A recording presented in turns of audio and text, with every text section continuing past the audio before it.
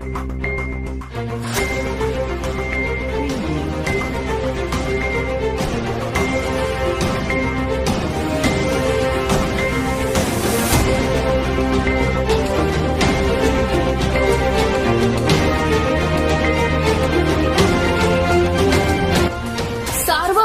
News Maharashtra. Parner शहरामध्ये आज दुपारी खासदार निलेश लंके यांच्या समर्थकाला अज्ञात व्यक्तीकडून जबर मारहाण करण्यात आली।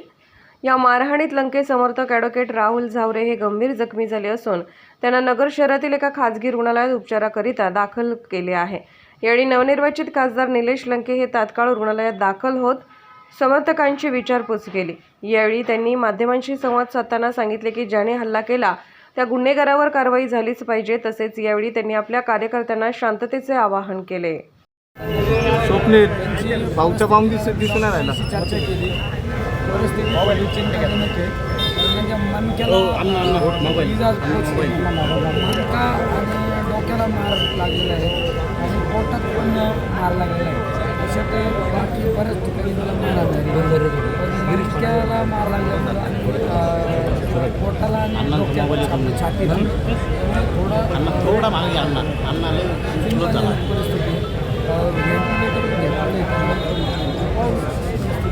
हल्ला करणारे नेमके कोण होते सर? हल्ला करणारे ते त्यांचे नाव पण घेत असतात। पारनेरमधलेच काही गुन्हेगार त्यांचे नाव पण आरोपी अण्णा थोडा भाग निष्पन्न झालेले। पोलीस स्टेशनला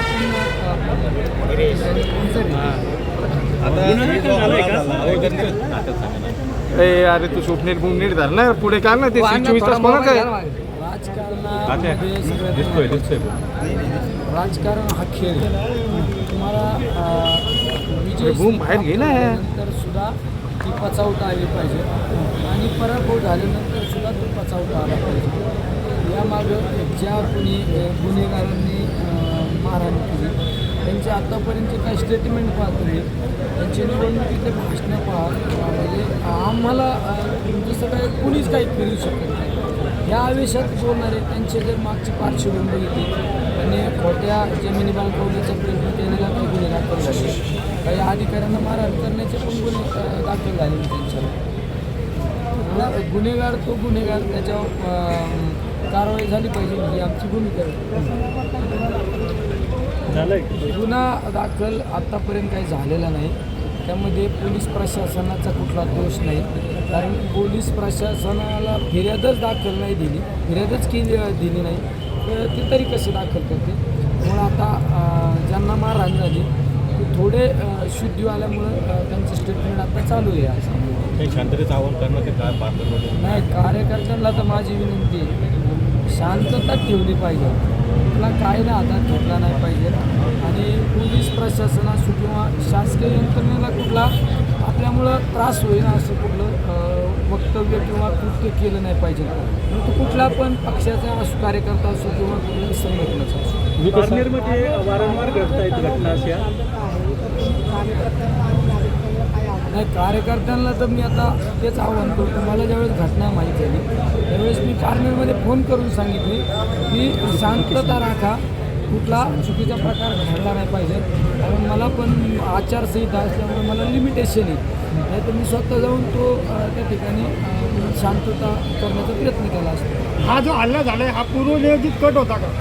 पूर्ण नियोजित कट होता का कसा कट होता हे मला तरी काही आता अंतर्गत माहिती नाही सध्याच्या परिस्थितीत।